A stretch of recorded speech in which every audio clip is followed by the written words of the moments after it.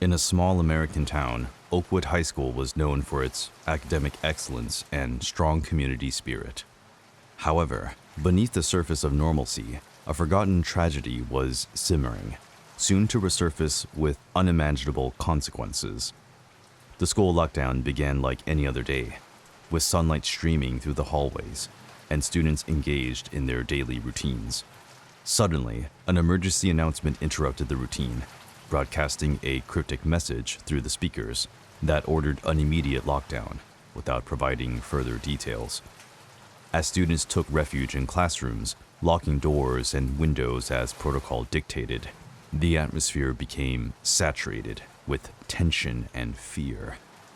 The overloaded cellular network made it impossible to obtain information from outside, leaving everyone in total uncertainty.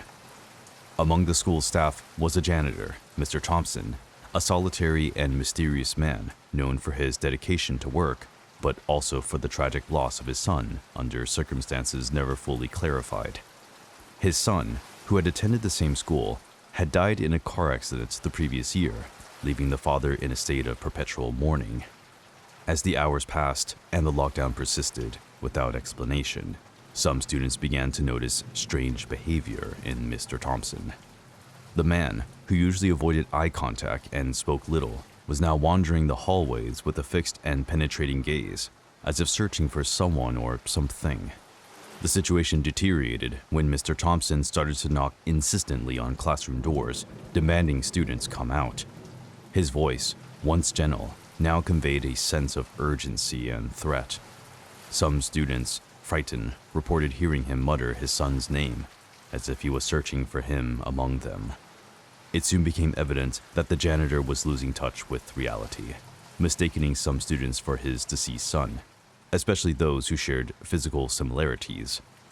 His obsession led him to try to force his way into the classrooms, armed with work tools, determined to reunite with the son he believed was still alive. In the heart of the lockdown, a group of students and teachers, understanding the gravity of the situation, decided to act. They organized a plan to neutralize the threat posed by Mr. Thompson, using their wits and the resources available in the school building. The tension reached its peak in a final confrontation in the dark hallways, where the students managed to disarm the janitor and immobilize him until the arrival of law enforcement, who were surprised by the situation they faced.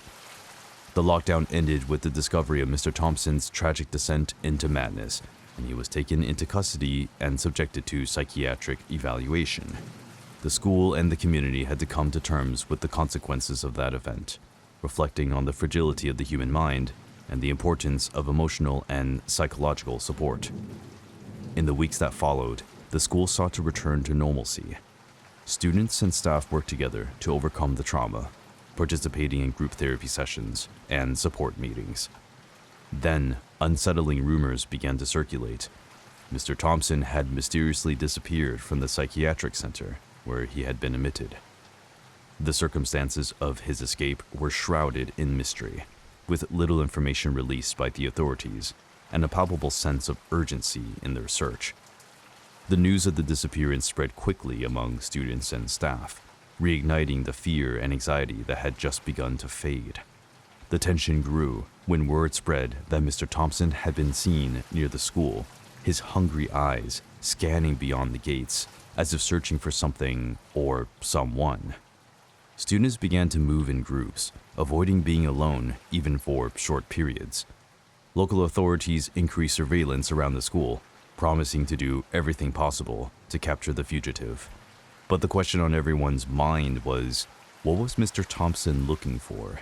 What could drive a man already deeply disturbed to risk everything to return to a place that had witnessed his collapse? The saga of mystery and tension surrounding Mr. Thompson, once a respected janitor at Oakwood High, took a dark and unsettling turn when his bizarre behavior towards a student emerged. This student, due to his physical resemblance, reminded him closely of his tragically lost son.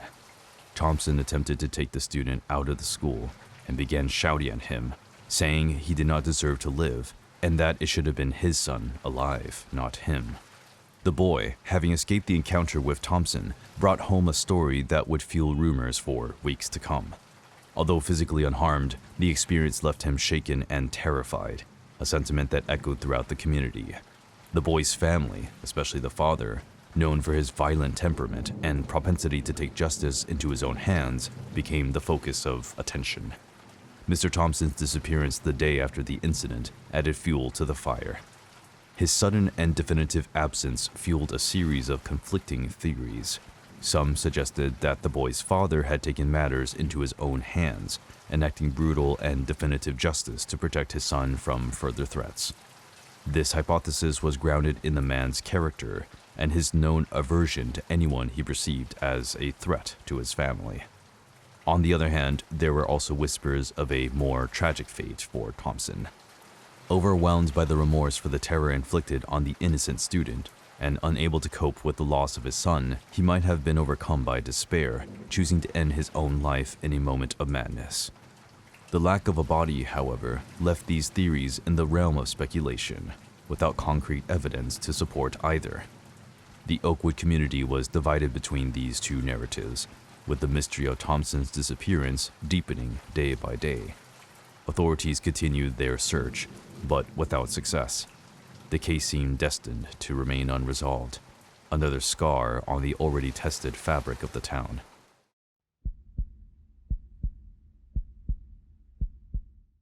At Westfield High, a well-regarded American high school nestled in a quiet suburban town, the arrival of Miss Harper, a new and attractive English teacher, sparked immediate interest among the student body.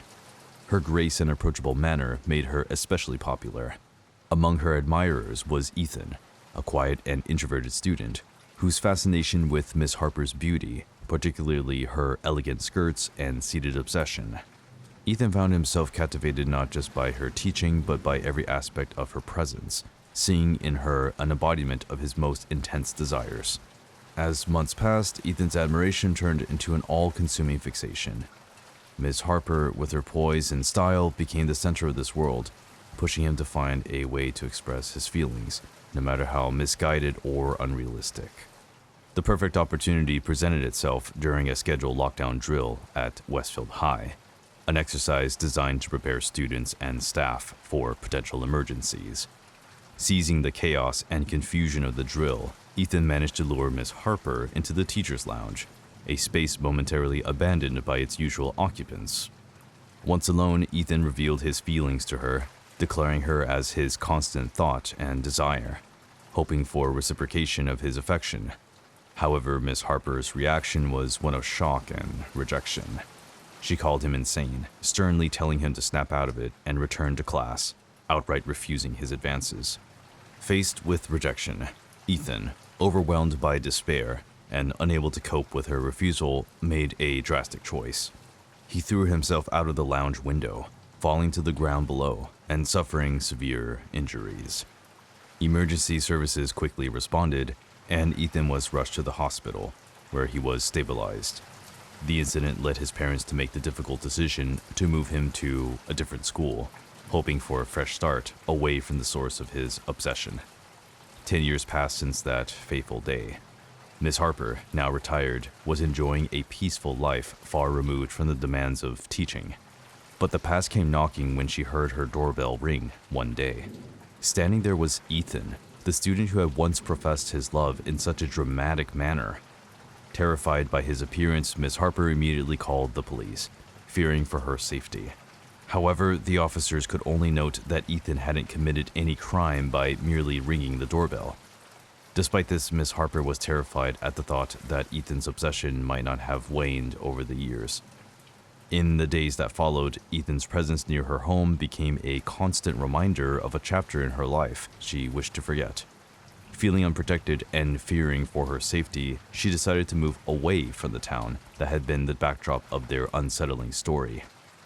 The tale of Ethan and Miss Harper became a cautionary reminder of the destructive nature of obsession and the deep scars it can leave, not just on the lives of those who harbor it, but also on their unintended victims.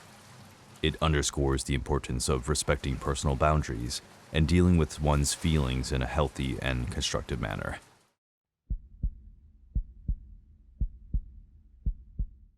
In a peaceful American town within the prestigious halls of Franklin High School, daily life unfolded with teachers and students immersed in studies, friendships, and the first flutters of adolescent crushes.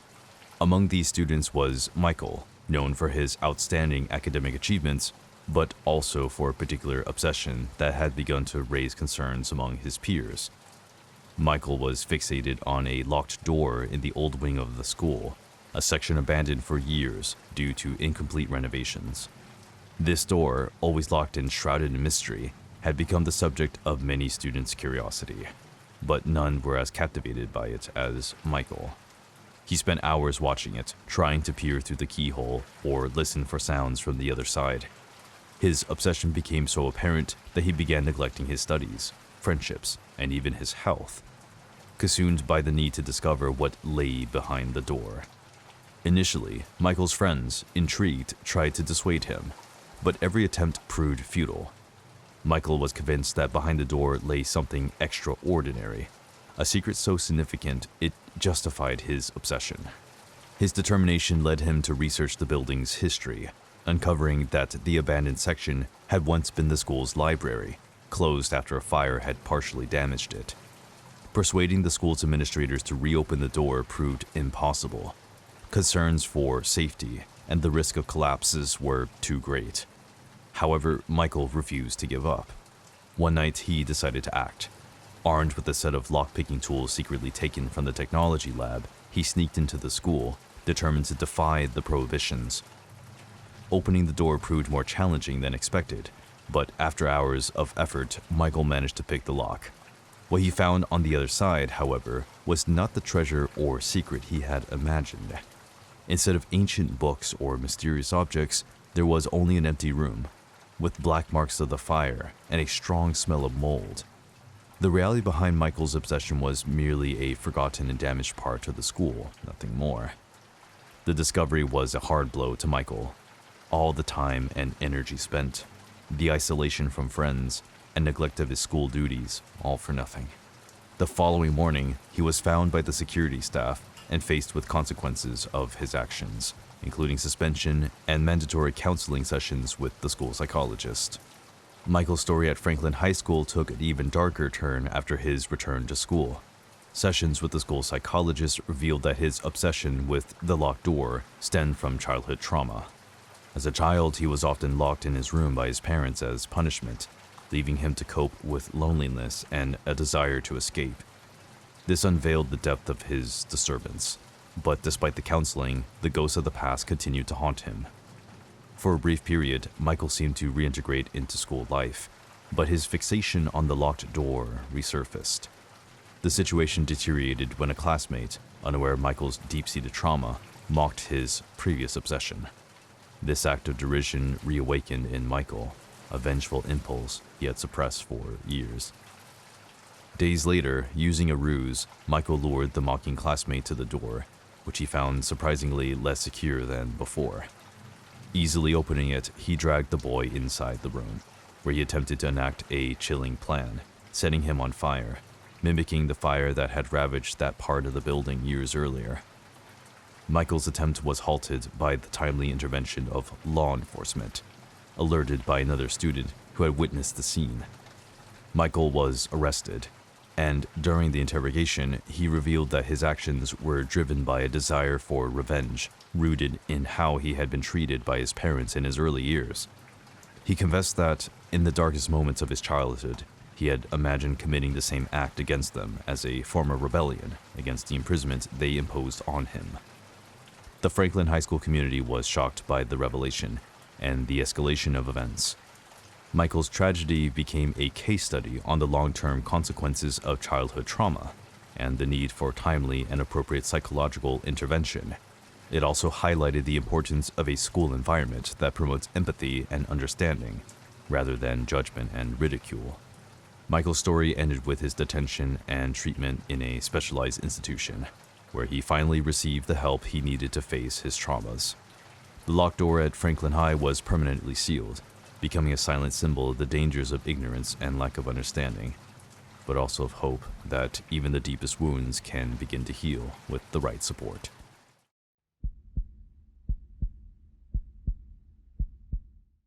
In the quiet afternoon at Oakwood High, a school well regarded for its commitment to student education and safety, no one could have foreseen the events that would unfold. At the heart of the story was Nathan, a boy known for his extraordinary computer skills, but also for his seclusion and isolation from his peers. Nathan harbored a secret. He was in love with Emily, a popular and amiable classmate whose kindness towards everyone had captured his heart. However, Emily was the object of affection for many, including Mike, a friendly and well-liked boy at the school, who unknowingly had become Nathan's rival. Consumed by blinding jealousy, Nathan devised a dark plan to remove the obstacle between him and his unrequited love for Emily. Taking advantage of his computer skills, Nathan managed to infiltrate the school's security system, triggering a fake lockdown. As alarms echoed through the corridors and confusion spread, Nathan lured Mike into an isolated part of the building, away from curious eyes and potential interference. The confrontation between Nathan and Mike was tense, with Nathan, driven by a mix of anger and despair, ready to do the unthinkable. However, before he could act, Emily, suspecting their absence and sensing the dangerous situation, managed to find the location of their confrontation. With maturity and bravery beyond her years, Emily intervened between Nathan and Mike, confronting Nathan in a tension-filled dialogue. With measured words and forced calm, she confessed to Nathan a love she did not feel, hoping to calm his fury and prevent a tragedy. Her intervention had the desired effect. Nathan, overwhelmed by emotions and the sudden change of scenario, lowered his guard, allowing the authorities to intervene. Alerted by other students, they finally managed to break the lockdown and step in. Nathan was arrested, and the revelations about his actions and intentions deeply shook the Oakwood High School community. Despite the gravity of his deeds, Nathan once again demonstrated his computer prowess, sending Emily a cryptic message that revealed his unresolved obsession. "You are mine." This message was the last straw for Emily, who decided to lead the city in search of a new beginning, away from the shadow of a sick love that had risked turning into a tragedy.